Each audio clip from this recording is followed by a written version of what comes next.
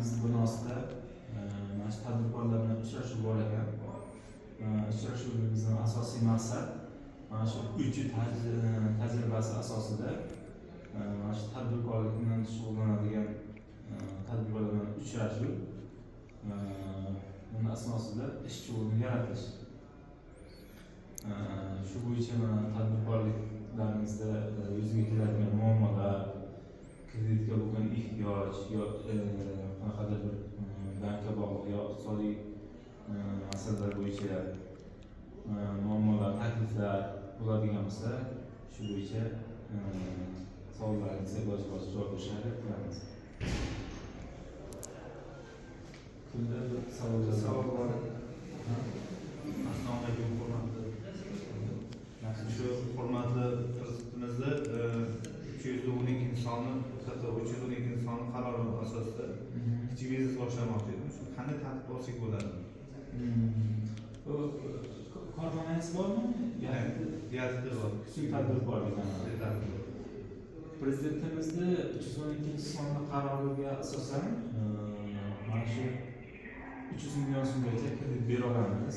Faqat o'sha korxonani ochilgani guvohnomasi, ochilgan muddati 1 yildan ziyod bo'lishi kerak, bank aylanmasiga ega bo'lishi kerak. O'shalarga 300 million so'mgacha kredit beramiz.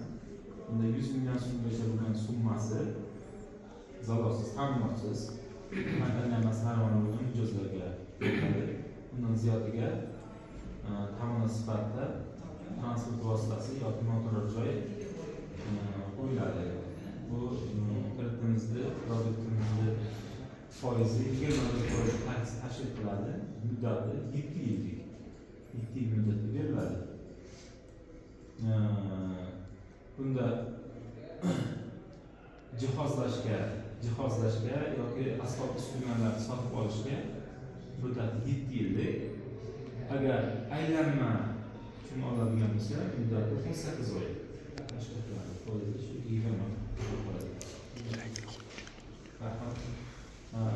Agar 7 yillik o'sha aylanmaga, jihozlashga yoki asbob uskunaga oladigan bo'lsa, imtiyozlarni 3 yil chekib beriladi.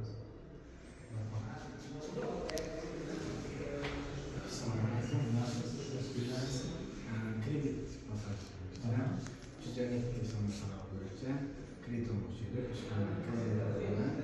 shunga sal tushuncha.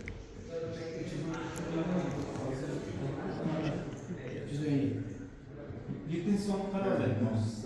7 son qarori bo'yicha, prezidentimizning 7 son qarori bo'yicha jismoniy shaxslarga o'zini o'zi bank qilganlarga bizlarni Milliy bankimizda 10 million so'mgacha kreditimiz bor.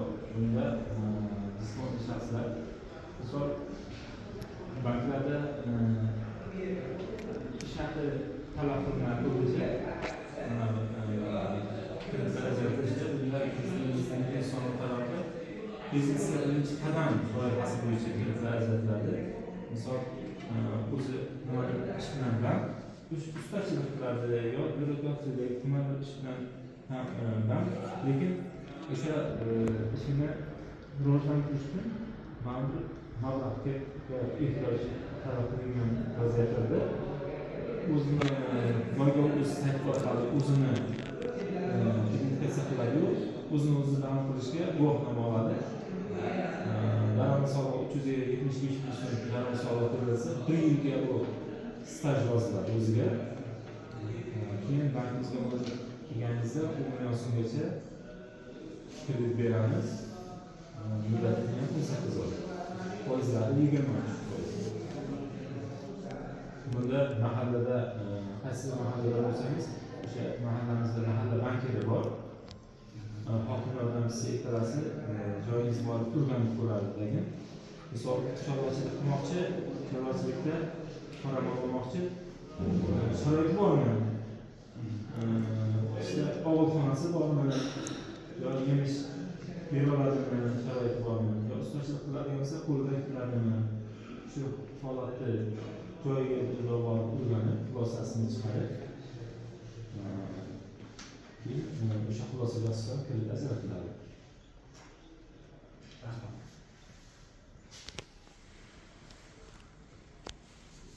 tashqari mana shu bizlarda kichik va o'rta biznes subyektlariga qo'shimcha kredit produktlarimiz, kredit mahsulotlarimiz chiqqan. Buni endi yengillashtirilgan kreditlar deyiladi. Yengillashtirilgan kreditlar.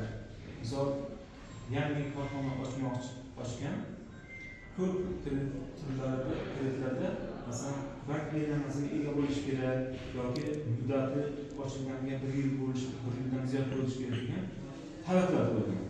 To'g'rimi? Masalan, yangi o'sha muammolarni hal qilish maqsadida o'sha kichik va o'rta biznes bilan ishlaydigan departament xodimlari yangi bank mahsulotini yaratishdi. Unda 600 million so'mgacha kredit berilamiz. Yangi tashkil qilingan korxonaga yangi tashkil bo'ldi, lekin bank aylanmasi yo'q. Shunga 600 million so'mgacha kredit berilamiz, lekin muqobil va ta'minot sifatida transport vositasi yoki noturar joy talab qilinadi. Talab qilinadi.